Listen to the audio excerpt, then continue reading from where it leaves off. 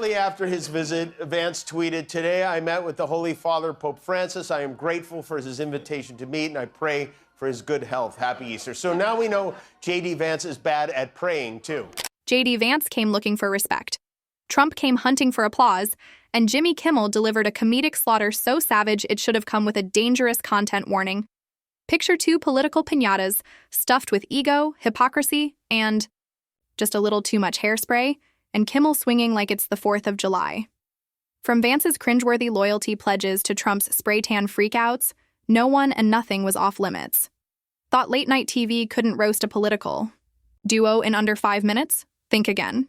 Get your popcorn ready. This burn is hot, ruthless, and absolutely merciless. Zelensky headed to London to shore up support from Europe, and Trump played golf for the 10th time since taking office, and he looks terrific. He really looks good. It was a usual quiet night in late-night TV until Jimmy Kimmel grabbed the mic like a comedy flamethrower and turned J.D. Vance and Donald Trump into crispy critters, as if they'd stumbled into a solar panel factory during a Category 5 ego storm. Let's be honest, with these two, it doesn't take much to start a fire. Vance is like one of those inflatable tube men, loyally swaying whichever way Trump's winds blow. And Trump? He's a glittering grievance factory, collecting indictments. Like they're limited edition participation trophies. Sometimes I wonder in what world is the vice president of the United States calling into a giant-toothed podcast host to badmouth me and the people who watch this show? There are these judges. Judge Boasberg comes to mind. Lots of judges who are trying to basically say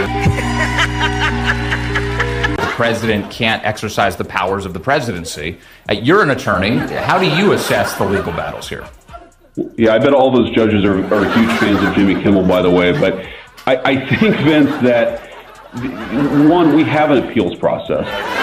Good one, JD. You shoehorned that one in real good. Kimmel didn't warm up his monologue. He launched it like a grenade. This wasn't a roast. It was a full-blown exorcism, scorching whatever scraps of credibility Vance and Trump still pretend to own. Vance, who once trashed Trump, now clings to him like a panicked barnacle on a sinking MAGA cruise liner. And Trump? He's not just carrying legal baggage, he's hauling an entire 3-ring circus of lawsuits, delusions, and rejected reality show scripts in tow. The results are in for President Trump's annual physical exam, and guess what? He's in excellent health. Of course he is. He eats right, he avoids unhealthy foods, diet soda, he manages stress, he doesn't hang on to anger, he gets a good night's sleep, he limits his time on social media, he spends lots of time with loved ones and gets plenty of exercise getting in and out of that golf cart, and he's got a body like Brad Pitt to show it. This is some report. His active lifestyle continues to contribute significantly to his well-being. He stays fit thanks to frequent victories in golf events. Which reminds me, congratulations to President Trump on winning the Masters this weekend. Kimmel's timing was razor-sharp. Every punchline landed like a political uppercut. While the GOP plays with crayons and conspiracy charts trying to redraw reality, Kimmel came armed with comedy as a scalpel, cutting clean through the plastic facade to reveal the absurdity underneath. This wasn't just funny, it was a surgical takedown masquerading as late-night laughs. This is good, too. For whatever reason, Trump decided to send J.D. Vance's wife, Usha, to Greenland to meet with their realtor, I guess. I don't know why, but when they asked about it during a cabinet meeting yesterday, it didn't seem like Trump could quite remember her name. Greenland is confused about the Second Lady and the National Security Advisor visiting this week. I thought it would be I have great respect for the wife of our great Vice President. I think she's a brilliant woman. She's a very nice woman. If you're enjoying this, hit that subscribe button because Jimmy Kimmel didn't just roast J.D. Vance and Donald Trump. He filleted them like a Thanksgiving turkey live-streamed on Truth Social, stuffing each slice with sarcasm and serving it with a hearty side of public humiliation. It all kicked off, as it so often does, with J.D. Vance embarrassing himself in public. A moment so routine now it deserves its own time slot, right between the morning weather and the latest Kardashian product drop. There he was, glitching on camera like a malfunctioning MAGA chatbot stuck in an endless loop of Trump worship. With the wide-eyed fervor of a man who swapped his spine for a loyalty pledge, Vance tried to spin felony charges into a freedom fighter origin story. Watching it unfold was like watching A raccoon tried to explain cryptocurrency, confusing, a little sad, and oddly captivating. But Kimmel, the seasoned satirical surgeon, didn't flinch. He dissected Vance's performance with clinical precision, peeling back layers of scripted devotion like a game show host revealing the sweatiest, most desperate prize imaginable. Congratulations. JD, you've just won a lifetime supply of public shame and absolutely no self-awareness. According to Vance, Trump's criminal charges are just political theater. A bold claim from a guy who's turned himself into an off-Broadway tragedy in real time. Trump promised to bring down on day one are still going up. You know the store Dollar Tree, where everything cost $1? Because of inflation, Dollar Tree had to raise their prices to $1.25. And now because of these big, beautiful tariffs, they're reportedly planning to raise prices again, which is a problem because the store is called Dollar Tree. And so now they've even had to make adjustments to their commercials. Tariffs are here, and prices are heading up, up, up. But great savings are here to stay at $2 Tree, formerly Dollar Tree. Yes, with Trump's tariffs pushing prices sky high, there's no better place than $4 Tree to stretch your shrinking shopping dollar. And with Trumpflation set to explode, $8 Tree offers great selection at a price you can maybe still afford. So come on down and shop with us at make that $20 Tree. And thanks, Mr. President, you really hit it out of the park on this one. $50 Tree. Please, help us. No, we'll help. We'll help. I guess it's back to shoplifting for me. And then we have these. And right on cue, Kimmel went full scorched earth because when a wannabe vice president starts treating felony charges like overdue library books, the only sane response is savage mockery. He didn't just roast J.D. Vance, he lit him up like a bonfire at a truth-twisting convention. Kimmel kicked things off the way any elite takedown should, with receipts. Up came the before and after timeline of Vance's political flip-flop, a transformation so drastic it makes you nostalgic for the version of him that still had a spine. Once upon a time, Vance talked about Trump like someone describing a dental. Procedure gone wrong with a jackhammer, dangerous, toxic, and a walking catastrophe. That was back when he still had a shred of dignity and maybe a couple vertebrae to his name. But then, plot twist, he caught a whiff of the MAGA swamp's heady cocktail of cash, clout, and nonstop cable news exposure. Suddenly, Trump wasn't a threat, he was a political soulmate. Vance chugged the Kool-Aid like it was vintage champagne. And Kimmel? He had a field day rolling clip after clip like a blooper reel from a sitcom nobody asked for. Kimmel showed Vance denouncing Trump, then practically spooning him on stage like a golden retriever on cold medicine. If hypocrisy were an Olympic sport, J.D. Vance would have taken gold, silver, bronze, and a participation trophy just for showing up with zero shame. And Kimmel? He sat there grinning like a man front row at a clown show where the clowns are juggling live grenades and he's got the popcorn ready.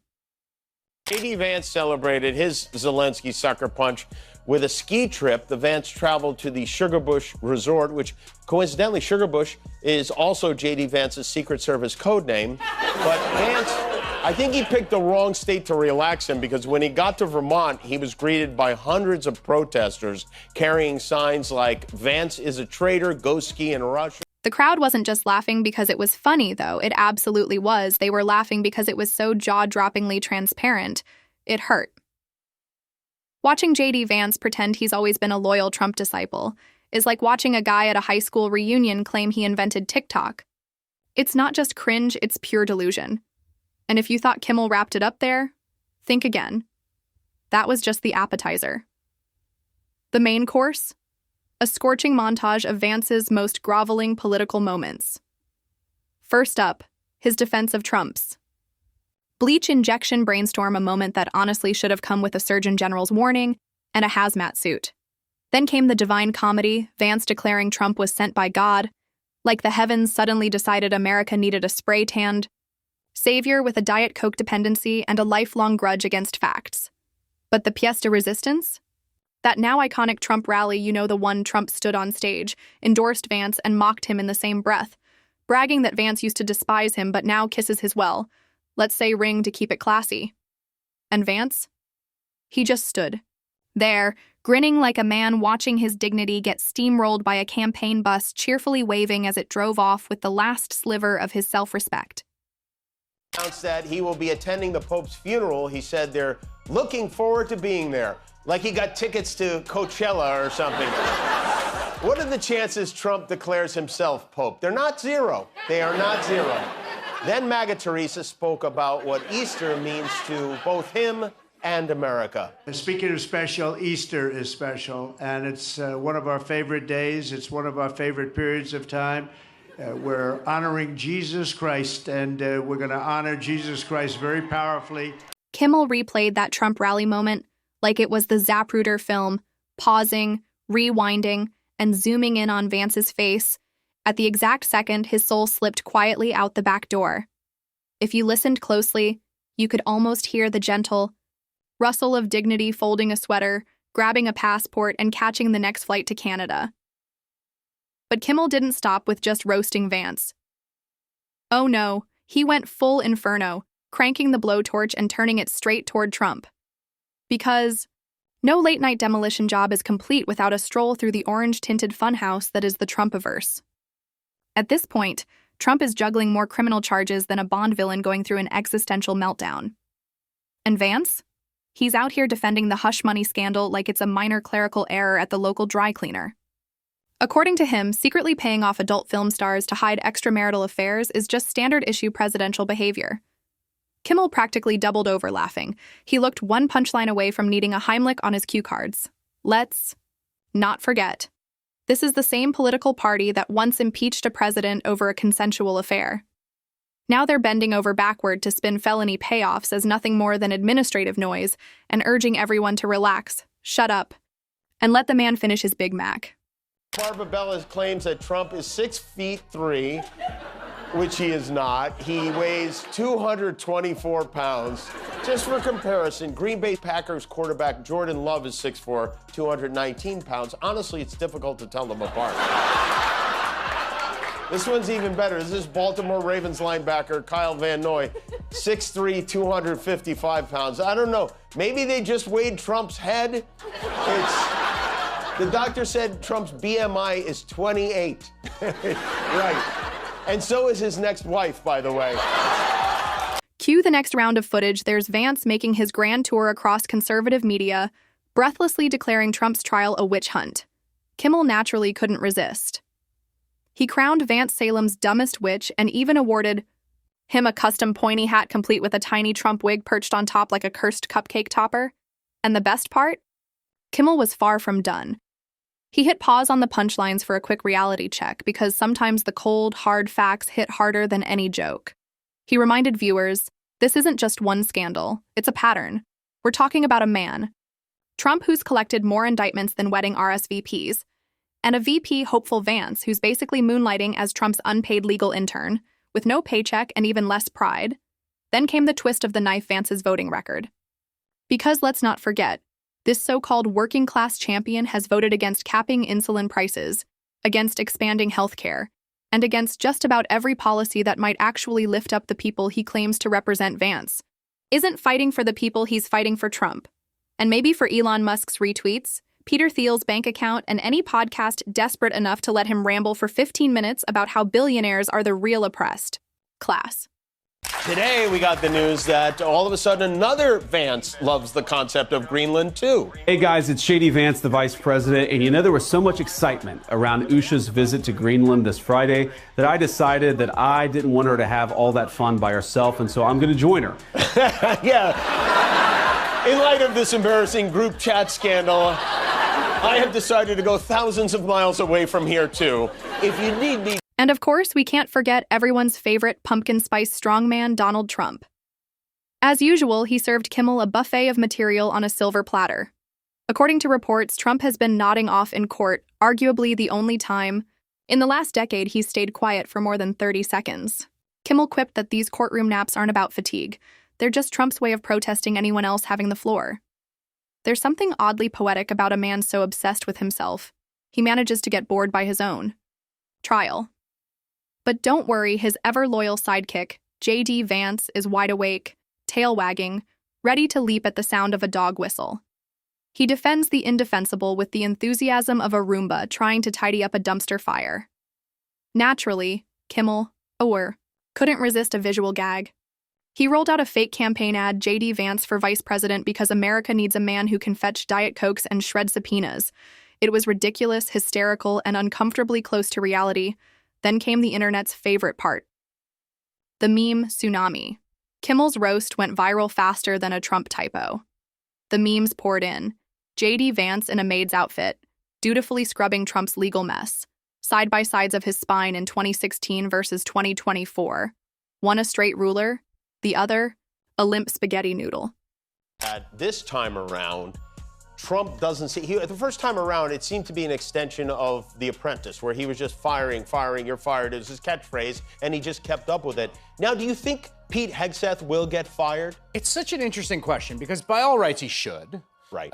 He never should have been confirmed. And that's not like an ideological or partisan thing to say. He just was never actually qualified for the position. Anyway, yeah. You've now got 4 top staffers. Even viewers who usually steer clear of politics were eating it up because, let's be honest, sometimes watching someone get absolutely obliterated on national TV is the kind of emotional release we didn't know we needed. Especially when that someone is a vice presidential hopeful whose unofficial job title might as well be chief enabler and designated scapegoat, and the cherry on top? Conservatives could barely cobble together a defense. How do you go to bat for a guy who can't string a sentence together without quoting Trump like he's reading from a MAGA-themed fortune cookie? By the end of the segment, Kimmel hadn't just roasted Vance and Trump, he laid bare the hollow core of what they represent. These two don't stand for policy, principle, or even reality. They stand for one thing and one thing only. Power. Trump demands blind loyalty. Vance serves it with a smile and zero shame. And Kimmel, he just wants a functioning democracy and maybe a late-night Emmy for Best Lived Disembowelment in a supporting role. This wasn't just comedy, it was a civic intervention disguised as stand-up, a reminder that satire still bites. And sometimes, the sharpest way to expose hypocrisy is to laugh it straight off the stage. So the next time J.D. Vance pops up on TV, breathlessly defending Trump's latest felony flavor of the week, just remember, somewhere Jimmy Kimmel is polishing another. Monologue locked, loaded, and ready to hit play. Donald Trump, who, don't worry, is making lots of money, and he's spending money, too, specifically our money. President Trump has been doing an extreme makeover of the White House. Everything's gold now. Look at this room. It's all gold. The press secretary called it the golden office for the golden age, which is quite a spin. And for such an anti-DEI kind of guy, you wouldn't think he'd have the same taste as Liberace, but he does. He has reportedly been redecorating with help from his, quote, gold guy, which I don't know what kind of a person has a gold guy. I don't know who, maybe we elected Adam Sandler from Uncut Gems. And odds are, it's already sharper than whatever last-minute excuse Vance is scrambling to serve up. Because when you trade your soul for a shot at power, you shouldn't be surprised when late-night comedians start reading the receipt out loud. In prime time with musical accompaniment. That's the thing, isn't it? We laugh because it's ridiculous, but the chuckles start to curdle when we realize this isn't just about J.D. Vance's self-respect doing the limbo under Trump's approval ratings. It's a mirror, a red flag warning, a TED Talk in slow motion on how ambition can steamroll integrity, then reverse into a Mar-a-Lago golf cart like it's trying to join the club. Because Vance isn't just a punchline, he's a full-blown HBO miniseries on political self-immolation. And behind every laugh, there's a bigger, bleaker picture. One where loyalty is currency, shame is optional, and truth is whatever polls well. In a Fox News, Kyron Kimmel didn't just roast a would-be VP, he gave a masterclass in comedic clarity. These were jokes with a purpose, satire with a spine, the kind that skips the political noise and hits straight at common sense like a well-aimed pie to the face of hypocrisy. That's what real satire does. It doesn't just burn, it reveals, it peels back the polished nonsense, wipes off the media-friendly makeup, and shows us the raw, unvarnished truth, less like a drama, more like reality TV if reality TV had more honesty and fewer spray tans. And then we have our Vice President, J.D. Vance, who had a big moment today. The college football national champion Ohio State Buckeyes visited the White House, and since J.D. is an Ohio State alum, Trump let him come meet the team. So keep your eyes on the left side of the screen here, because they even let J.D. hold the trophy.